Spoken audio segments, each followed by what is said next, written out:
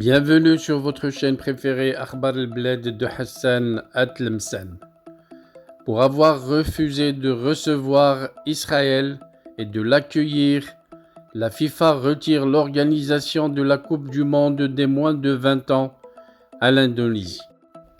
Dans un communiqué rendu public hier le 29 mars 2023, la FIFA a annoncé officiellement le retrait à l'Indonésie de l'organisation de la Coupe du Monde masculine des moins de 20 ans. La raison n'est autre que le refus de ce pays, l'Indonésie, d'accueillir l'équipe nationale d'Israël sur son sol.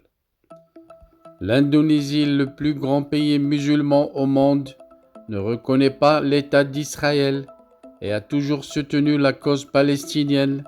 C'est le gouverneur régional de l'île de Bali, où Israël devrait jouer, qui a imposé son veto et refuse d'accueillir sur son île l'équipe de football israélienne qui s'est qualifiée.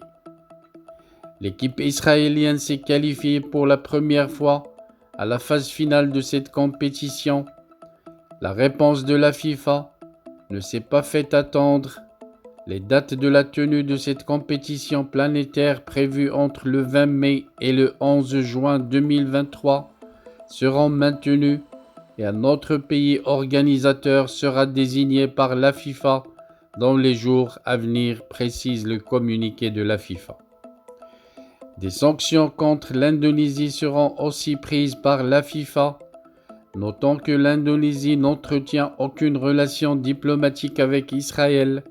Plusieurs pays arabes et musulmans refusent catégoriquement d'affronter les équipes sportives israéliennes dans les compétitions internationales sous le motif que ce pays n'existe pas. Pour ces pays arabes, Israël est une création occidentale à la place de la Palestine. Pourtant, précise l'auteur de l'article que je viens de citer, dans le livre du Coran sacré, chez les musulmans, le nom d'Israël est cité 44 fois, alors qu'aucune trace du mot Palestine ne s'y trouve. Nous y reviendrons avec plus de détails sur ce communiqué qui va certainement faire couler beaucoup d'encre. Restez branchés sur votre chaîne préférée Akhbar al-Bled de Hassan Atlemsan et à la prochaine vidéo.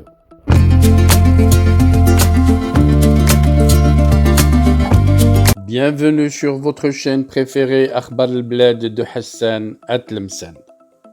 Avant de commencer, je voudrais vous informer que nous venons de créer sur Akhbar al-Bled deux chaînes annexes. La première dite Al-Jazair bi'Oyoun Maghribiyah, l'Algérie aux yeux des voisins, qu'on a créée pour sensibiliser le public arabisant. Un public très large sur Akhbar al-Bled à qui on voudrait faire plaisir en abordant des sujets d'actualité avec la langue qu'ils comprennent. La deuxième chaîne dite Izli Amazir Morocco pour faire connaître la chanson Amazir, commune aux deux cultures, la culture marocaine et la culture algérienne. Je vous demande donc de vous abonner à ces deux chaînes et de les soutenir. La première traitera beaucoup de sujets en arabe sur l'Algérie, sur le Maghreb, et la deuxième qui diffusera des chansons, de très belles chansons amazigh, la chanson amazigh que nous aimons tous, y compris moi. Soutenez donc ces deux chaînes, écoutez-les et restez branchés sur Akhbar al-Bled de Hassan Atlemsan, la chaîne principale qui sera quotidienne. Les deux autres chaînes peut-être ne seront pas animées de la même cadence, mais vous y trouverez chacun, en ce qui le concerne, des sujets qui vous intéressent. Restez donc fidèles à Akhbar al-Bled de Hassan Atlemsan.